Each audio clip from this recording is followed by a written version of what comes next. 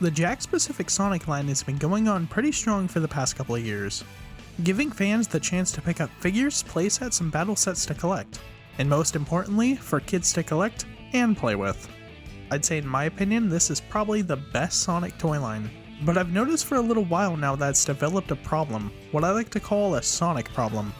To give a rundown, Jakks started the line back in 2019 with the Bendy figures, and they received pretty positive reviews. They made 3 waves of the Bendy figures and then moved on to making articulated figures in 2020, and those received great reception.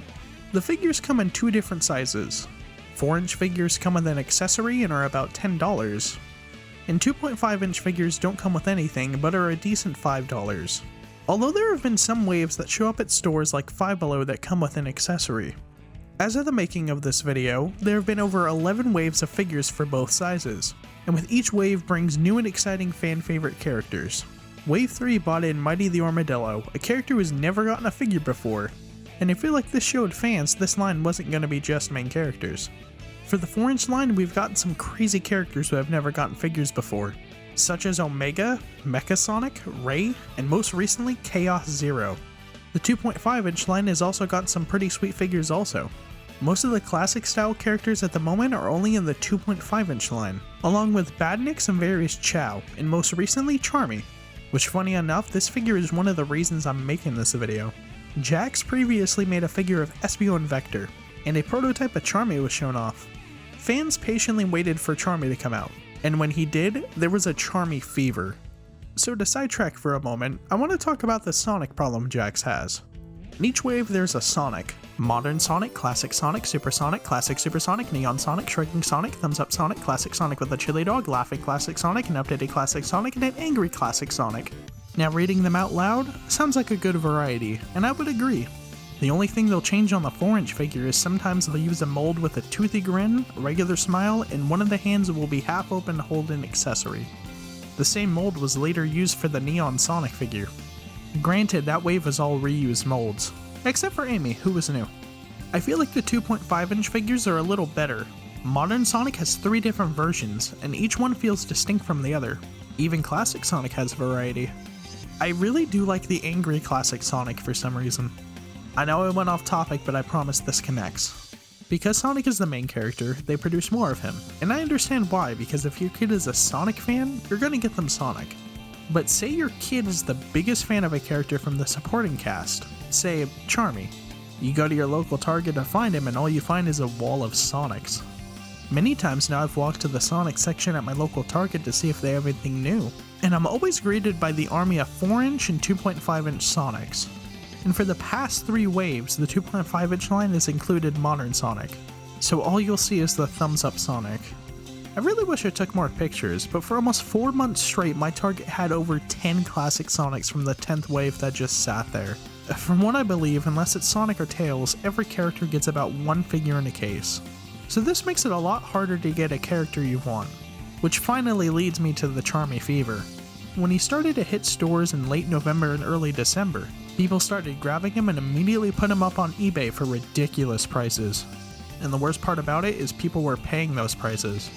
I get wanting to own a figure of your favorite character, but paying that much for a figure that costs $5 here in the States, not so much. A wave prior to Charmy had Rouge and Dark Chow. They had the same problem as Charmy, only 1 per case, and are still pretty hard to come by. Strangely enough, their prices didn't skyrocket as much as Charmy's did, but I think that's a good thing. I really miss the days of the Jazzbars line in Toys R Us. I miss going to Toys R Us as a kid and seeing all the different lines and characters. Sure, Jazzbars had some quality control problems, but there was a good reason everyone mostly loved the line back then. Anyways, recently I was surprised to find a Charmy with a beat-up box waiting for me one day, and on a different trip I spotted another one chilling on the shelf. So I guess the fever's gone down now more that people have them. I really don't want this to become a trend in the future.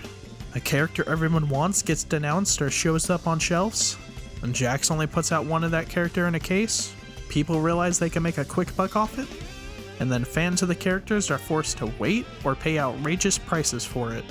The easiest solution to the problem would be to put more figures of the characters into a case. And if Jakks wants to just keep putting out Sonic and Tails, they could also make different variants of them.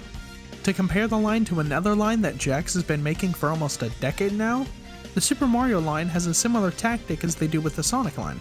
Every wave has a Mario or Luigi, but the biggest difference between the two is that Mario and Luigi have so many different power-ups that re-release variants don't feel as bad or noticeable.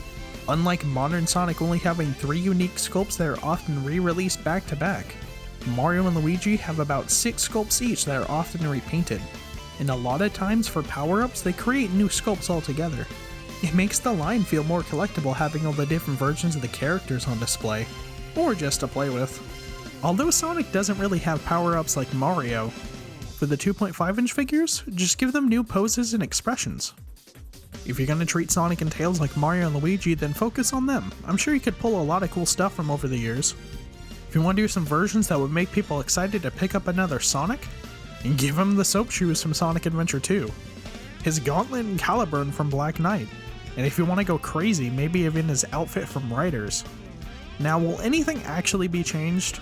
Probably not, but still nice that characters who have never received a figure are finally getting some love.